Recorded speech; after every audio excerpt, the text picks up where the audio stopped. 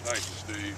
Good afternoon. It's great having everybody out here at Kiwanis Park. And, on behalf of the Parks and Recreation Department, we're extremely excited to partner with the Kiwanis Club on the project. When Mayor Wright and Steve called me about it and asked if we would participate in that. We did not hesitate. And so we've spent some time working on some conceptual plans for the park, for the playground equipment. As you can see, the 4 stakes that are laid out will be where the equipment will go. If I could ask the audience with these,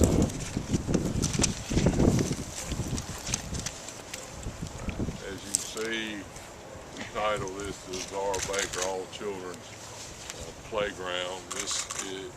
These are conceptual plans. These is the same equipment, just two different views. But as Steve said, this is an all-inclusive playground. I think when Mayor Wright and Steve called us, what they envisioned was a playground where children of all abilities could participate together. So we made a contact to Play World Preferred, which is a nationally known playground manufacturer, and asked them to become involved in this. And when we made that phone call, they were ecstatic about partnering with the Kiwanis Club and with the city of Hickory in this. So I will be honest with you, in a very, very short time, really from the middle of last week until today, we've gone from a thought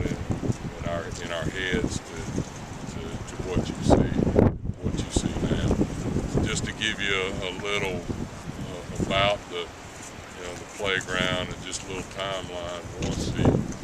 I'm trying to anticipate some questions you may have, but once an order is placed, there's about a 4-week manufacturing time. This equipment is custom made, custom ordered. It's not equipment that you go in their warehouse and pull out. So it'll take about 4 weeks once an order's placed.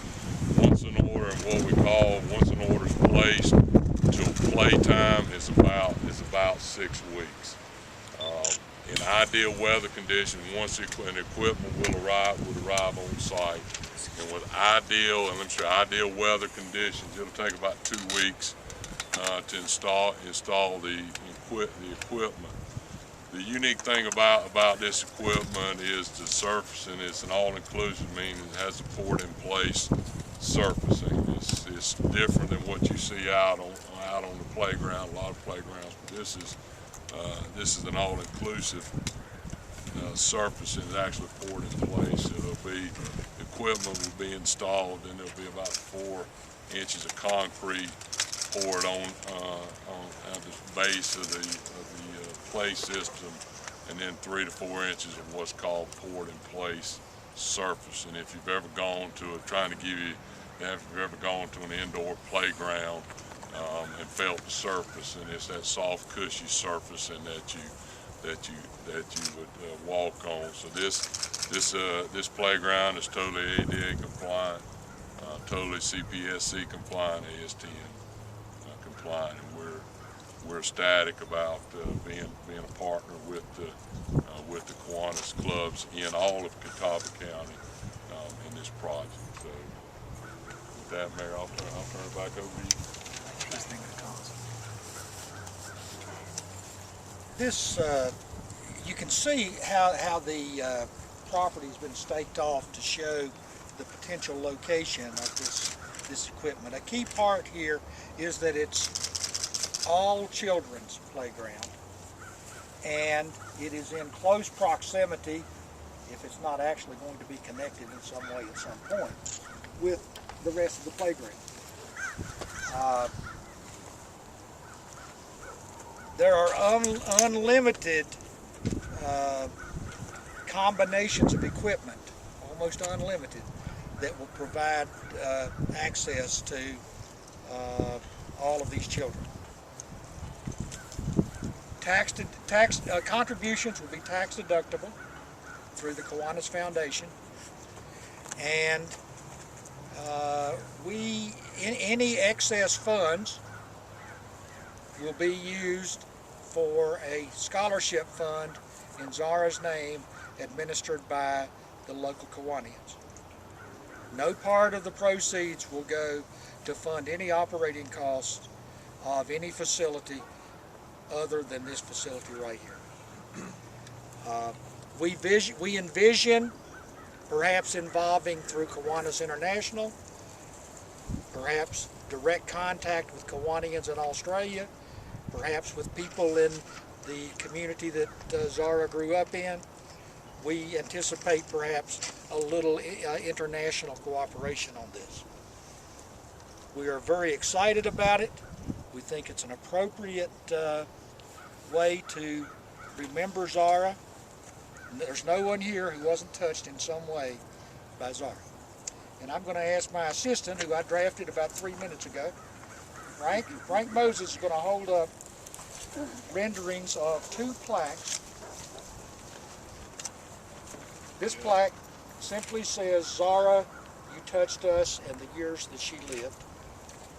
This is actual size, 12 inches by 24 inches. These will be bronze plaques, lifetime. And then below, we acknowledge Kiwanis involvement and the contributions of the community. And we ask that if anyone would like to make a donation to maintain or expand this playground, and we're going to add or to fund scholarships in Zahra's name, please make checks payable to, that would be the Kiwanis Foundation Fund for Zahra. And then we're also asking, if they want to donate tangible items, toys or items like that, to please take them to the Salvation Army just up the road, and where incidentally Kiwanis is putting in this month, if the weather permits, putting in a state-of-the-art playground at the Boys and Girls Club. If they can take those items up there, this is not going to be a location for contributing tangible items. So if they're contributed here, we will be taking them to the Christmas Bureau. We ask people to just do that instead. Are there any questions? Steve, come on back up here, please. You will. Rudy, you said any funds in excess. What is in excess? How much will this cost? And when are you hoping to actually have what we're seeing in the rendering actually in place? Well, as you heard from Steve, the cutoff date, the projected cutoff date is June 30th. We would like to have playground equipment in place by the end of July. What about the cost? What are you hoping The to initial raise? projection. He's got it. Steve, the total cost for what you see here, total turnkey, is $85,000.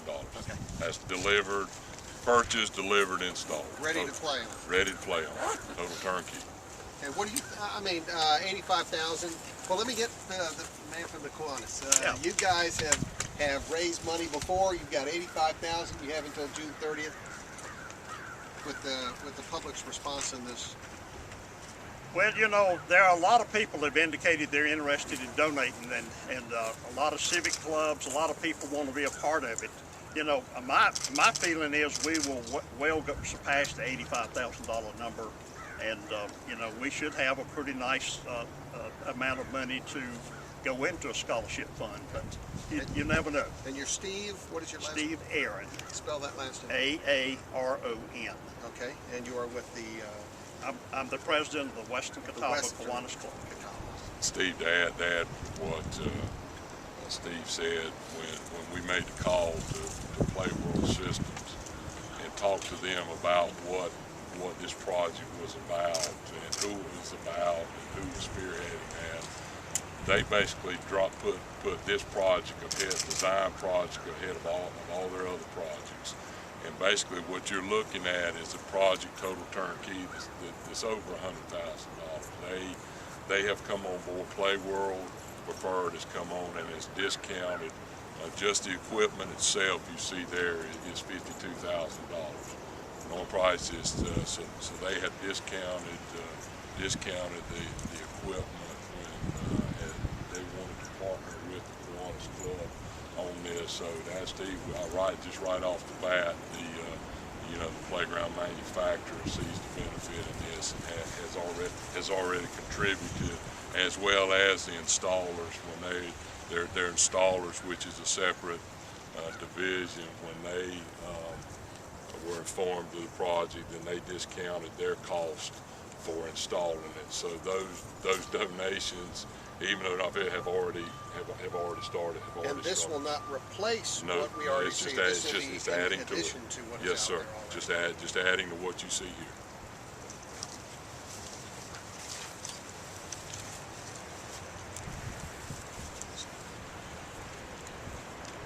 Any other questions? Yes. I was going to ask Max, how is it that it's more handicap accessible? Are those ramps wider for wheelchairs? Yes. The difference here, and you can see on the schematic drawing, is that the ramps are on these equipment bigger, where a child can actually pull